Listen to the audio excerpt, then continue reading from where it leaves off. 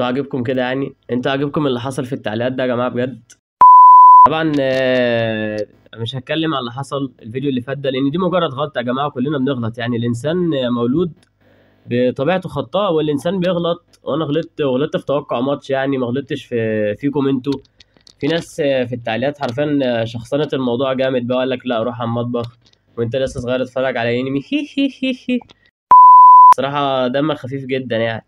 يا عم دمك تقيل، دم امك تقيل، مش انت لوحدك، العيله كلها دمها تقيل. طب انا عارف يا جماعه ان كل الكلام ده هزار، وعلق براحتك يعني، وقول اللي انت عايزه، وزي ما انا بقول رايي في الماتش انت تقول رايك في رايي، ونتناقش عادي يعني. بس في ناس خدت الموضوع بهزار وقالوا لي هارد لك تتوقع صح المره الجايه. ناس تانية قعدوا بقى يقولوا لا روح المطبخ ومش عارف ايه وهزار وكده، وعدوها يا جماعه. ما تنساش ان دي اول مره اتوقع فيها نتيجه ماتش معاكم يعني، وهي بدايه غير مبشره، بس ان شاء الله مش هتتكرر تاني، لان انا ما اتمناش ان انا اكون محمد عدنان الملاكمه يعني، ان شاء الله مش هتتكرر تاني.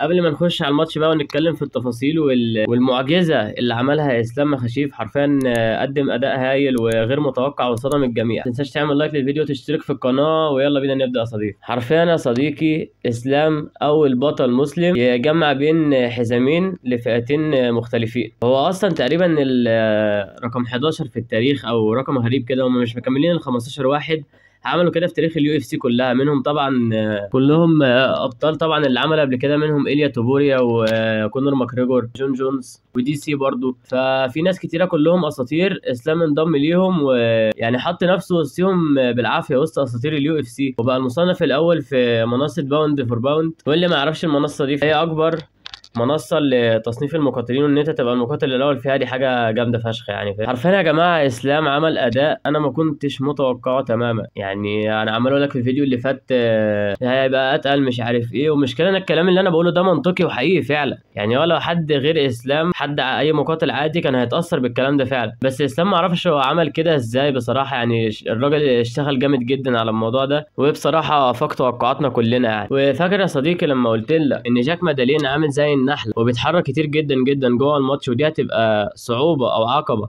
في اسلام لان هو ياخدوا الارض. اسلام اتصرف كويس جدا جدا مع الحركه دي بصراحه، وبقى بيحاصره كتير جدا في الزوايا وبيعمل كلينشات. انا اول مره اشوف اسلام بيعمل كلينش بصراحه، وده بيحد جدا من الحركه الكتيره بتاعت جاك مادالينا.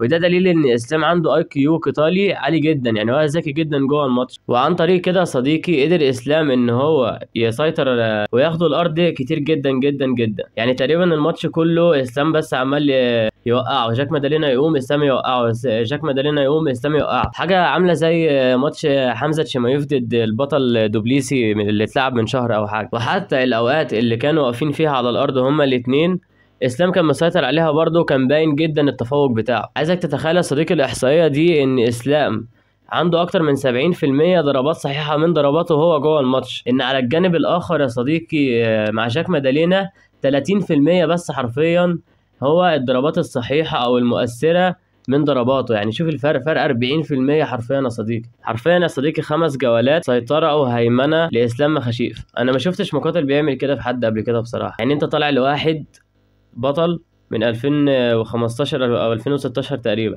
عنده 18 هزيمه متتاليه، وفي الميزان بتاعه تيجي انت بكل سهوله كده، اللي هو حاجه عامله كانك بتعدي الطريق حرفيا، تيجي تروح كسبه كده ومسيطر عليه الماتش كله 5 جولات، وتحسسه ان هو ما جاش اصلا، وتروح مروح كده واخد الحزامين كده على كتفك وتروح يعني كانها حاجه عاديه جدا. انا مش عارف هو ازاي اسلام عمل كده.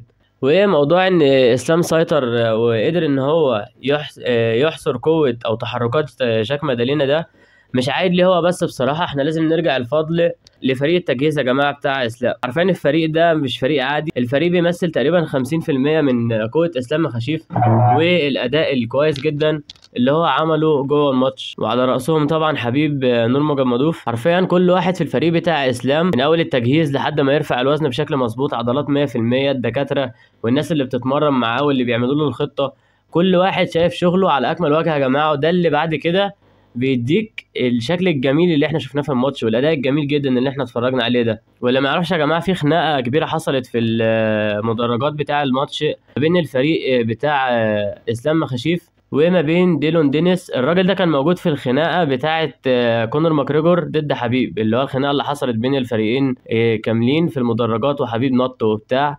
الراجل ده كان موجود وكان هو سبب المشكله، يعني هو ده الشراره اصلا بتاع المشكله القديمه اللي ما بين الداغستانيين وما بين الفريق بتاع كونر ماكريجور.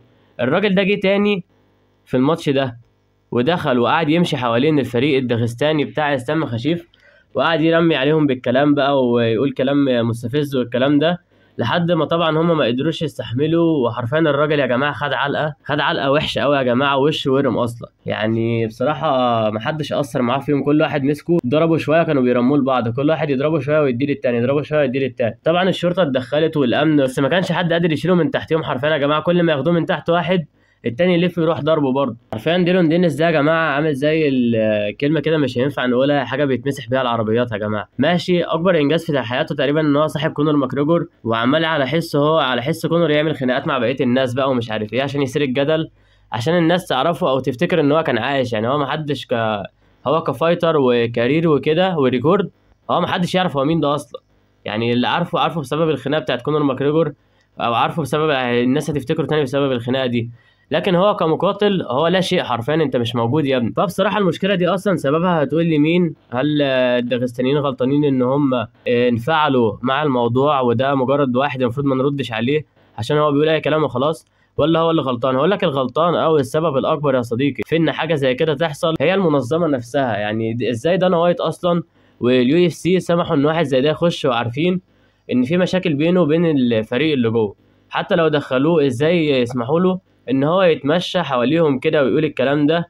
وازاي ما حدش منعه اصلا؟ يعني حتى قبل يا عم ماشي انت دخلت واتفرج على الماتش والكلام ده، بس من بعيد عنه ازاي اصلا ما حدش خد باله في الامن قبل ما المشكله دي كلها تحصل؟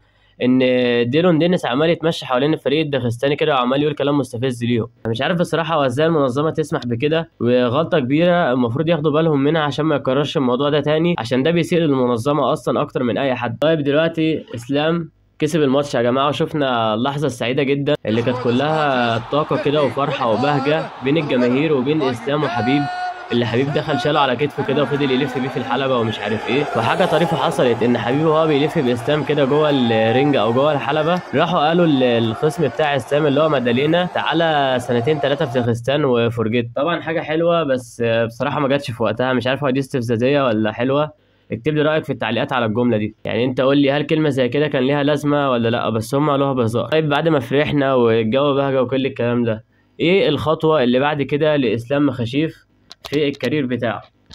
بص، هو دلوقتي في كذا حل للاسلام. اسلام بعد الماتش قال ان هو عايز يخش البيت الابيض، وقال دونالد ترامب افتح باب البيت الابيض انا هاجي العب. وطبعا الخصم بتاعه هناك هيكون إيليا توبوريا، وهو عم بقاله فتره عمال يصرح بالكلام ده. When would you like to defend this new world title again? Woo! Donald Trump, let's go open the White House. I'm coming. يعني من قبل الماتش ده اصلا هو عمال يقول لدانا وايت وللناس كلها ان هو عايز يلعب في البيت الابيض ضد إيليا توبوريا. وطبعا ده هيكون ماتش حماسي جدا وماتش غير متوقع، وان شاء الله يا جماعه الماتش ده انا اتوقعه صح وما يحصلش زي ما حصل فيها الفيديو اللي فات في التعليقات. بس في مشكله يا جماعه هتواجه اسلام ان هو يلعب في البيت الابيض، ان هو حرفيا هيضطر ينزل للوزن تاني، لان إيليا توبوريا بيلعب فين؟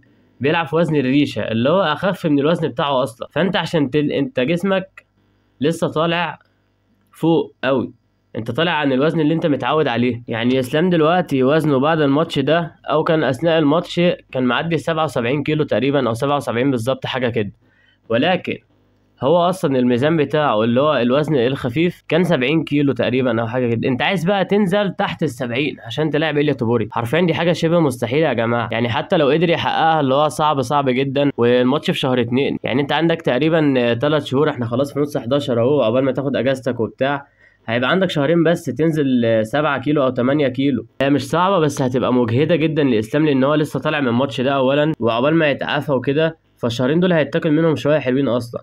وانت عقبال ما تنزل انت جسمك اللي هو ايه فكك يا معلم انا مش قادر، فاهم؟ يعني انت لسه طالع من ماتش وطالع من الوزن تروح منزله تاني، ده بيبقى مجهد للجسم بصراحه. معرفش اسلام هيعمل ايه.